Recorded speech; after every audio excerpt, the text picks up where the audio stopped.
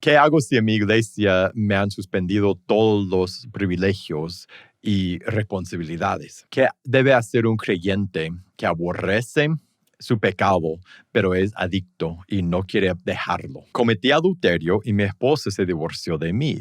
¿Puedo volverme a casar con otra? ¿Qué debe hacer una mujer que está luchando con el pecado del lesbianismo? ¿Puede casarse una mujer que nunca se ha casado pero tiene hijos? Si Dios es quien une a la pareja en el matrimonio, ¿por qué tenemos que casarnos por la ley civil? Este es otro episodio de Preguntas y Respuestas.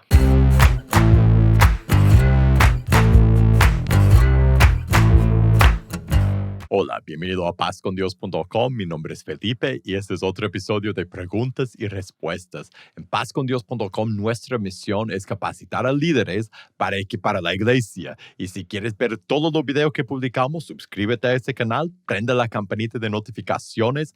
Ahora, en este programa de Preguntas y Respuestas, yo contesto las preguntas que ustedes me envían. Así que si tú tienes una pregunta de tema que sea, envíame tu pregunta a preguntas@pazcondios.com, preguntas@pazcondios.com para que podamos conversar de tu pregunta en un episodio en el futuro.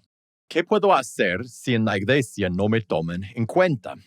Y en la pregunta, el hermano que escribe la pregunta cuenta de cómo ha sido líder en la iglesia, ha servido y salió una oportunidad de ir a predicar en otro país y la iglesia quería enviarlo para allá, pero no tenían, ellos no había forma de que él pudiera ir y mantenerse allá en este ministerio y decidió con su familia que no iba a ser posible porque uno tiene que proveer para su hogar.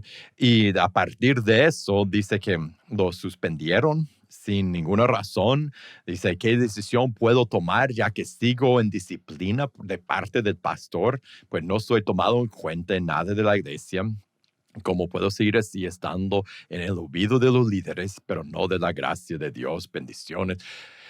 Wow, esa es una situación difícil. Y mi primer consejo sería, más que todo, hablar con ellos, hablar con los líderes. Mencionaste el pastor y los líderes. Yo hablaría con todos los líderes. La verdad, la razón es por situaciones como esta que vemos la sabiduría de lo que Dios manda en la Biblia, de que siempre habla de los líderes, de los pastores en términos plurales, que debe haber más que uno.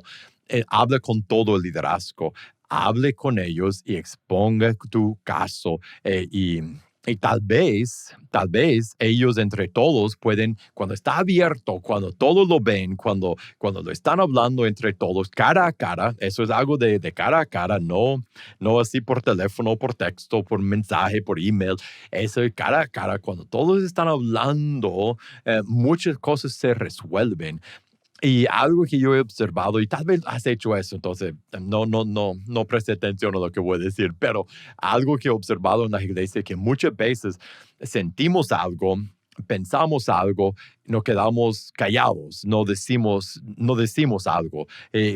Sentimos que los líderes, especialmente el pastor, debería saber o debería hacer, pero a veces no hablamos y es difícil hablar, es difícil llevar el caso a los líderes.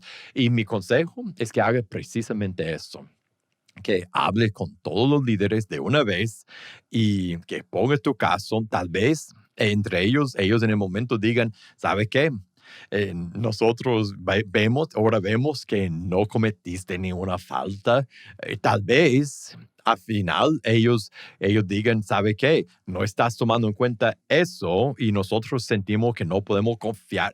Yo no sé, yo estoy especulando. O sea, tal vez digan que no podemos confiar en ti por esa razón y es algo que no te habían aplicado allí. Bueno, hable con ellos y la pregunta sería, ¿cómo salgo de eso? Eso es algo que y tú dijiste que está en disciplina y para mí, con los hechos de ese caso que tú relataste, eso no es un caso de disciplina porque no es pecado persistente, pero no obstante, cuando a uno como líder le toca poner bajo disciplina a alguien, siempre hay que enseñar el camino para salir de la disciplina, el arrepentimiento que tiene que haber, los cambios que tiene que haber para que salga de la disciplina, porque el propósito de la disciplina no es dejar a alguien allí por siempre, sino hacer que la persona se recapacite, se arrepiente y vuelva. Entonces, si ellos sienten que hay una razón por haberte retirado los cargos que tenía del liderazgo, hay que preguntarles ahora, ¿está bien? ¿Acepto eso? ¿Qué hago para regresar? ¿Cómo puede haber reconciliación y restauración? Porque yo anhelo servir al Señor como antes. Habla con tus líderes y en la buena comunicación se resuelve mucho. ¿Puede un creyente aborrecer un pecado al cual es adicto? Es consciente de que es malo, mas no desea abandonarlo. En este caso, ¿cómo puede ser librado de su adicción? Debo dar un par de ayuda, de pasos. Primero, lea Romanos capítulo 7 y Romanos capítulo 8. Ahí en Romanos capítulo 7 describe esa batalla interna con nuestra mente, con nuestra conciencia, con nuestro corazón, del bien que quiero hacer, no lo puedo hacer. ¿Por qué? Porque en mi paráfrasis, la nueva persona que soy en Cristo está luchando con la carne vieja. Esta es la lucha que Pablo describe en la segunda parte de Romanos capítulo 7, léelo. Y después Romanos 8 describe, especialmente al principio, describe cómo nosotros tenemos que luchar por escuchar al Espíritu Santo, por pensar en las cosas del Espíritu, por seguir el Espíritu y no hacer caso en nuestra carne. Y es una lucha, por eso la palabra luchar es una lucha. Nosotros tenemos que luchar contra los pecados persistentes. Y entonces, mi consejo sería, empieza tu lucha con Romanos 7 y 8. Quédate ahí leyendo y pon en práctica lo que lees. Y después cuando caes, regresa ahí. No hay condenación para los que están en Cristo, para los que no andan conforme a la carne, sino al Espíritu. Y después tienes que andar conforme al Espíritu. Y después levántate y sigue luchando. Ahora, otra cosa que debes hacer es buscar comunidad. Si eres varón, busca un grupo de varones en tu iglesia o un hermano a quien maduro, con madurez en las cosas de Dios, a quien puedes confesar esa lucha para que te ayude. Mira la última parte de Santiago capítulo 5, donde describe ese ministerio de confesar y después que oren por ti, que te ayuden a batallar para que no estés batallando solo. Cuando un cristiano batalla solo, mucho más difícil. Por eso Dios nos ha dado la comunidad de que somos en Él, para que nosotros podamos juntos, no solo reunir los domingos, eso es bien importante, pero es más que eso, para que nosotros podamos juntos pasar por esa vida, ayudarnos mutuamente. En este caso, tú necesitas ayuda. Busca a tus hermanos que te ayuden. Yo cometí adulterio. Mi ex esposa se divorció de mí. Y ahora conocí a otra mujer y quiero casarme con ella. Y en la pregunta, el hermano que escribe la pregunta cuenta de cómo él fue infiel a su esposa y ella le pidió el divorcio. Y después de un largo tiempo conoció y trató de restablecer su matrimonio con ella. Pero ella no lo quiso perdonar y después encontró a otra persona. Y quiere casarse con ella. Yo pienso, cuando yo leo Mateo 19, verso 1 al 9, léelo tú. Um, lo que yo veo ahí cuando Jesús habla del divorciarse y volverse a casar, dice que es pecado, es adulterio. Dice en el verso 9, y yo le digo que cualquiera que repudia a su mujer, salvo por causa de fornicaciones, que se casa con otra adultera. El que se casa con la repudiada, adultera. Y yo creo que lo más claro de esta enseñanza es que volverse a casar después de estar divorciado es un pecado, es adulterio. Ahora, dice, excepto en caso de adulterio, de ser infiel, de que hay infidelidad, si el matrimonio sí se quiebra por infidelidad. Y uno podría leer eso y decir, bueno, yo fui infiel a mi esposa, nos divorciamos, ahora fue por infidelidad que nos divorciamos, yo puedo volverme a casar, pero yo creo que eso va en contra del espíritu de lo que está diciendo el texto. Yo creo que si alguien tiene la posibilidad quizás de volverse a casar y aún así no es algo seguro que uno tiene que decir, yo siempre se puede volver a casar a una persona que ha sufrido un divorcio porque su pareja fue infiel. Pero si alguien tiene esa excepción en el verso 9, no es la persona que fue infiel, ha de ser la persona que sufrió, que fue víctima de la infidelidad. Ahora, como digo, no es una regla de blanco y negro, porque en los otros textos donde Jesús habla de eso, en los otros evangelios, por ejemplo, Marcos 10, del 1 a 12, Lucas 16, 18, cuando Jesús habla de eso, cuando ellos escriben ese mismo recuento de ese texto, de esa enseñanza, no ponen esa excepción. En otras palabras, la excepción por la infidelidad no es centro de la enseñanza, es centro de la enseñanza. Lo que Jesús está enseñando es no se divorcien, no deshagan lo que Dios ha hecho, no deshagan lo que Dios ha unido. Y si eso ocurre, no se vuelvan a casar con otra persona, a menos que se reconcilien el uno con el otro. Y como dijiste en tu pregunta, que es difícil estar solo, yo entiendo, pero Dios no pide siempre cosas, obediencia fácil. Muchas veces lo que Dios pide de nosotros, en Lucas 9, morir a nosotros mismos, tomar nuestra cruz, morir a nosotros mismos, negarnos a nosotros mismos y seguirle. Es hacer lo opuesto de lo que queremos hacer. Muchas veces tenemos que negar a nuestra carne, a lo que somos, a veces por persona, por naturaleza, a veces lo que somos por lo quebrado de nuestra carne, pero de todas formas, negarnos a nosotros mismos, tomar nuestra cruz cada día y seguirle. Muchas veces la obediencia a Dios significa, casi siempre significa negarnos a nosotros mismos. Y en este caso, es para ti, por lo que dice Jesús en Mateo 19, en Marcos 10, del 1 a 12, es negarte a ti mismo, a tus deseos, vivir en abstinencia, vivir como soltero para la gloria de Dios y esperar si Dios concede la restauración con tu esposa, qué bueno, y si no, vivir solo para la gloria de Dios.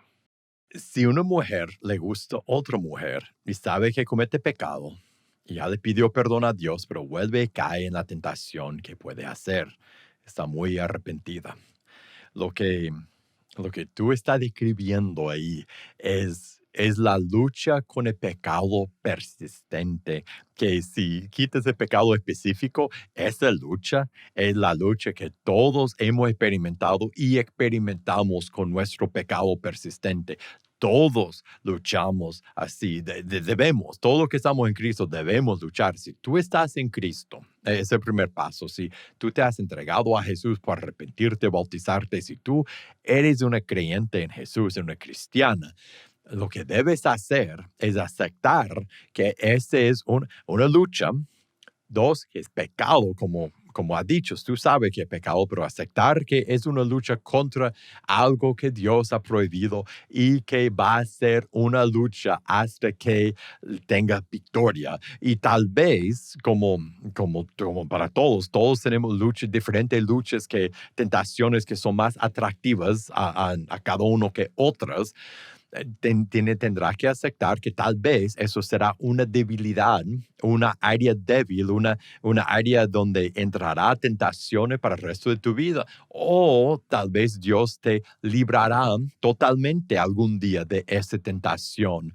A veces, eso es cierto con todas las tentaciones, a veces Dios remueve la tentación, remueve la debilidad con la lucha, y de repente ya no tiene que luchar contra esa tentación, ya no es parte de su vida. Otras veces La lucha sigue y uno tiene victoria sobre el pecado, pero siempre es un área débil en su vida, sea como sea. Lo que tiene que hacer es luchar. Y lo que tú estás experimentando es lo que dice en Romanos 7, del verso 7 en adelante, cuando dice lo que quiero hacer, el bien que quiero hacer, no lo hago. Qué miserable de mí, dice, ¿quién me librará en el verso 24 de ese cuerpo de muerte? Lea este capítulo, porque este del verso, dice que Romanos 7, verso 7 en adelante, eso te va a hacer entender la lucha que estás experimentando. Después, en el Romanos 8, del 1 en adelante, él, por ejemplo, del 1 al 17, él describe cómo luchar con la fuerza y el poder del Espíritu Santo. Y dice algo en el verso 1, en medio de esa lucha, que tú tienes que todos tenemos que entender y agarrar y hacer nuestra. Ahora pues, ninguna condenación hay, Romanos 8:1, ninguna condenación hay para los que están en Cristo Jesús, los que no andan conforme a la carne, sino conforme al Espíritu. No hay condenación mientras luchamos, mientras que andamos conforme al Espíritu Santo, aún en medio de esta lucha. No hay condenación, pero tenemos, como él dirá a continuación en Romanos 8, tenemos que luchar, tenemos que seguir el Espíritu Santo, tenemos que luchar activamente contra nuestro pecado. Y esa es la lucha que te toca, es removerte de las personas y los ambientes que podrían ser tentaciones para ti, es luchar por huir de la tentación, huir de los lugares y lo que te puede atrapar, lo de antes. Um, Remover esa persona. Si hay una persona en particular que es tentación para ti, remover a esa persona de tu vida. Tienes que huir como José huyó en Génesis, en el libro de Génesis, de la esposa de Potifar. Tiene que huir del pecado y la tentación. Y algo grande es no luchar sola. Tienes que buscar un grupo de hermanas en tu iglesia, hermanas mayores, hermanas con madurez, hermanas que pueden caminar contigo y con quienes tú puedes confesar esa tentación y ese pecado. Hermanas que en vez de chismear o en vez de hablar mal de ti, en vez de menospreciarte por tu tentación en particular, por tu lucha con pecado persistente, te pueden ayudar y orar por ti y levantarte. Eso es Santiago capítulo 5, al final del capítulo habla de esa clase de confesión y intercesión. Eso es lo que debes buscar comunidad y en tu iglesia, dejar que hermanas de confianza entren en esa lucha contigo. ¿Puede una mujer que nunca se casó, pero tuvo hijos y ahora se separó, puede casarse con otro hombre? Y la respuesta, pues, según entiendo la situación, la respuesta bíblicamente, no estás casada, entonces no es adulterio, y casarte con alguien, no estás divorciada, entonces no es volverte a casar, te estás casando por primera vez, sí, sí puedes casarte. Ahora, como dice Pablo en 1 de Corintios capítulo 7, tiene que ser con tal que sea un creyente, tiene que casarte con alguien que ama a Jesús, con alguien que es cristiano, y eso es bien importante, más en nuestro día. Tienes que huir de la fornicación. En otras palabras, si vas a tener un noviazgo y casarte con un hombre cristiano, hazlo. Y es bien importante, no entren en una relación íntima, mucho menos vivir juntos. No convivan, no entren en intimidad hasta que se casen. Entre en esa relación con pureza. No puedes deshacer el pasado, pero en esa relación sí puedes entrar con pureza y guardarte pura hasta que te cases. Si Dios es quien une a la pareja cuando se casan, ¿por qué tienen que casarse por lo civil, según la ley civil de su país? Esa pregunta ha entrado de muchas diferentes formas cuando he hablado de ese tema, cuando he contestado la pregunta, cuando estamos casados, qué tenemos que hacer para casarnos, si nos casamos por la iglesia o por lo civil. Y siempre he dicho, es cuando uno está casado, cuando es casado por la ley de su, según la ley de su país. Y el argumento que ha entrado muchas veces con diferentes preguntas y comentarios es, pero si Dios une a la pareja, no tienen que hacer la ceremonia civil. Y lo que mi respuesta a eso es que el argumento clave es que tenemos que someternos a la autoridad mayor. En este caso, la autoridad pues, impuesta por Dios es el gobierno. Romano 13. Verso 1 dice, sométese toda persona a las autoridades superiores, porque no hay autoridades sino de parte de Dios, y las que hay por Dios han sido establecidas, de modo que quien se opone a la autoridad, a lo establecido por Dios, resiste. A lo establecido por Dios resiste, y los que resisten acarrean condenación para sí mismos. Entonces, terrenalmente, el gobierno es establecido por Dios. Entonces, si la ley de mi país dice que estoy casado, porque he pasado por la ceremonia civil, estoy casado por la autoridad establecida por Dios. Y si la ley dice que no estoy casado porque no he firmado el papel o no he sacado el certificado, no estoy casado por la autoridad impuesta por Dios. El que une espiritualmente a los dos en el momento de casarse es Dios, pero lo hacemos por obedecer a la autoridad que Dios ha puesto en términos de la autoridad de nuestro país. Y hay un principio de autoridad mayor. Entonces, si la autoridad de mi país dice que algo permite algo que Dios prohíbe, por ejemplo, el matrimonio homosexual. En ese caso, la autoridad mayor, o sea, la ley de Dios, gobierna, es superior a la ley del país, la autoridad que Dios ha establecido. En otras palabras, la autoridad mayor es lo que Dios dice en su palabra, y con tal que la autoridad menor, en este caso la autoridad civil del país, no contradiga a lo que Dios dice, es la autoridad establecida por Dios y debemos someternos a esa autoridad. Muchísimas gracias por haber pasado ese tiempo conmigo y gracias por las preguntas que siempre me envían. Y si tú tienes una pregunta de tema que sea, de tu vida, de la Biblia, de Dios, de tema que sea, envíame tu pregunta a preguntas@pazcondios.com, preguntas@pazcondios.com, o déjame tu pregunta en el comentario abajo de ese video, para que podamos conversar de tu pregunta en un episodio en el futuro. Si te gustó este episodio, te voy a invitar a que lo compartas con otra persona. Para más videos como este, suscríbete a este canal, prende la campanita de notificaciones, y para recursos para tu vida y tu ministerio, y todo completamente gratis, búscanos en pazcondios.com. Que Dios te bendiga y nos veremos la próxima.